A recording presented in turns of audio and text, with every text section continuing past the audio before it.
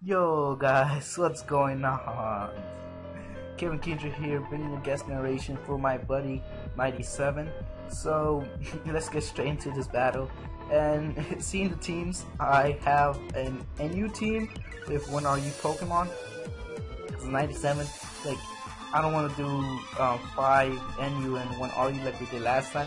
So I said, okay, just whatever, just bring your RU team. I'm gonna win anyways.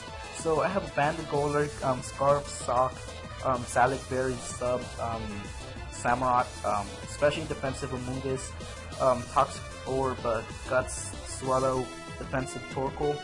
As 97 is running quite some threats like that Hariyama, that annoying excuse me, that annoying Yuxi. Quillfish can always be annoying to deal with. Haunter is scary. Cat Turn is also scary since I know it's the bandit set, but I know how to play around with this Cat Turn.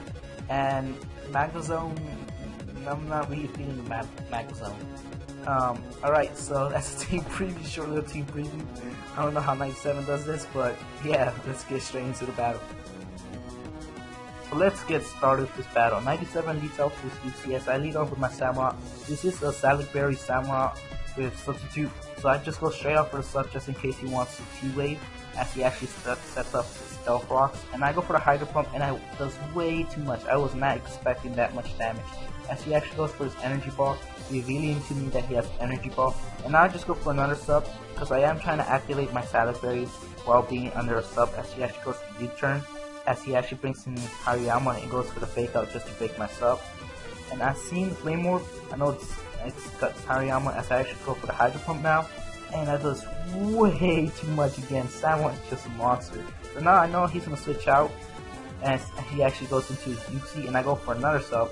And now I can just spam Hydro Pump, actually, and I haven't even missed one Hydro Pump. So I go for the Hydro Pump, it does way too much, as he actually goes for Energy Ball. And we were in the call, and he was telling me that I couldn't go for another sub. And I just did a little calculation, and I found out that I could do another sub. And now I'm in Torrent, and I have my Salad Berry activated. Samurott's ready to sweep, as he actually goes for a U-turn, and goes into his Cat Turn, I believe. And I know this set is Choice Banded, and so he goes for the Sucker Punch, as I go for the Ice Beam, and that nearly kills. I was really expecting it to kill, because I thought Torrent boosted all moves.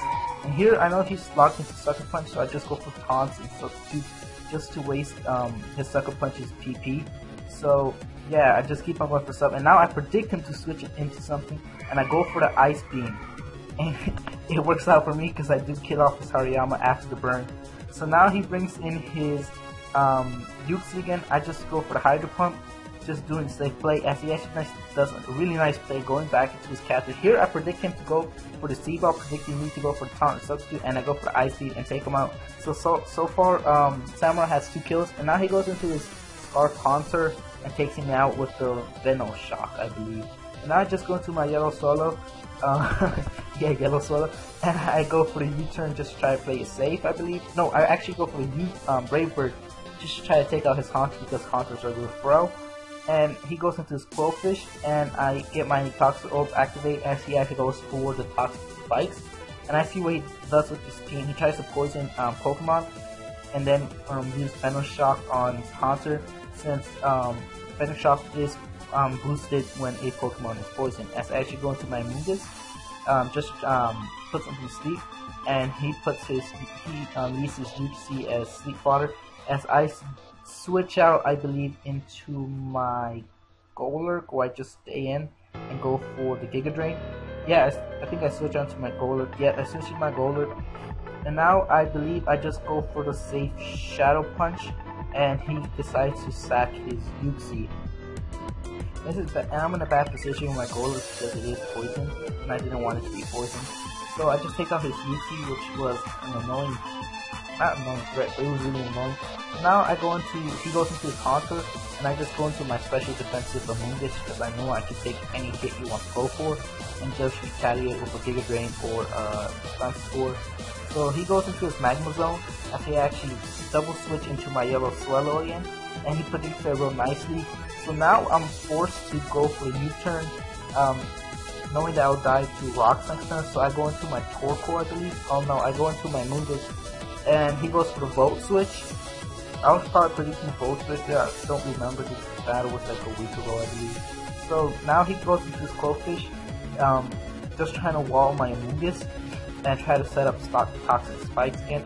Actually stay in and go for the Spore because I don't want no more toxic spikes on my side of the field. As I actually switch into my Torkoal, I believe, this turn, just to rapid spin.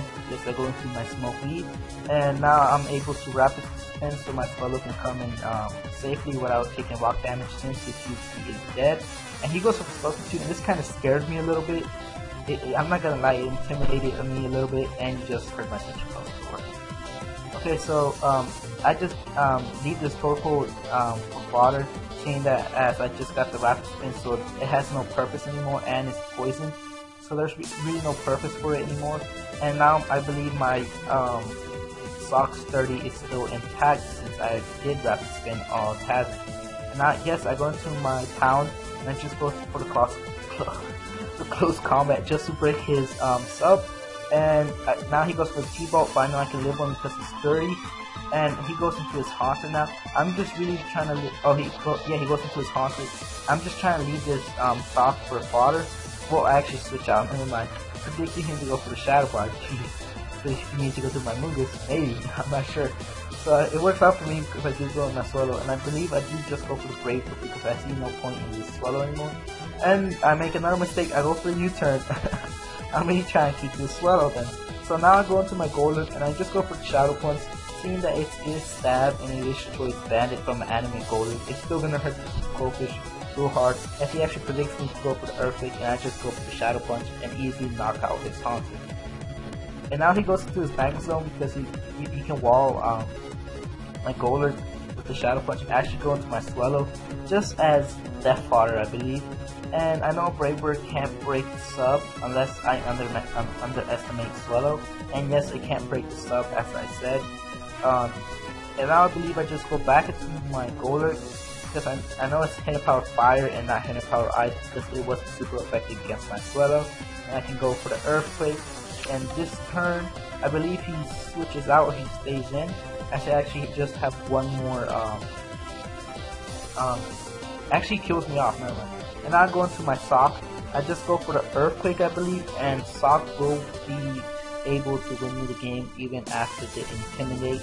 And look how much oh my god. Look how much this Earthquake does even after the -1. So I take out his Goldfish and I can outspeed his Magma Zone because it's a Scarf. So that was a good game. NU versus RU and I won. So I wasn't at a disadvantage, but hey, I won. Peace.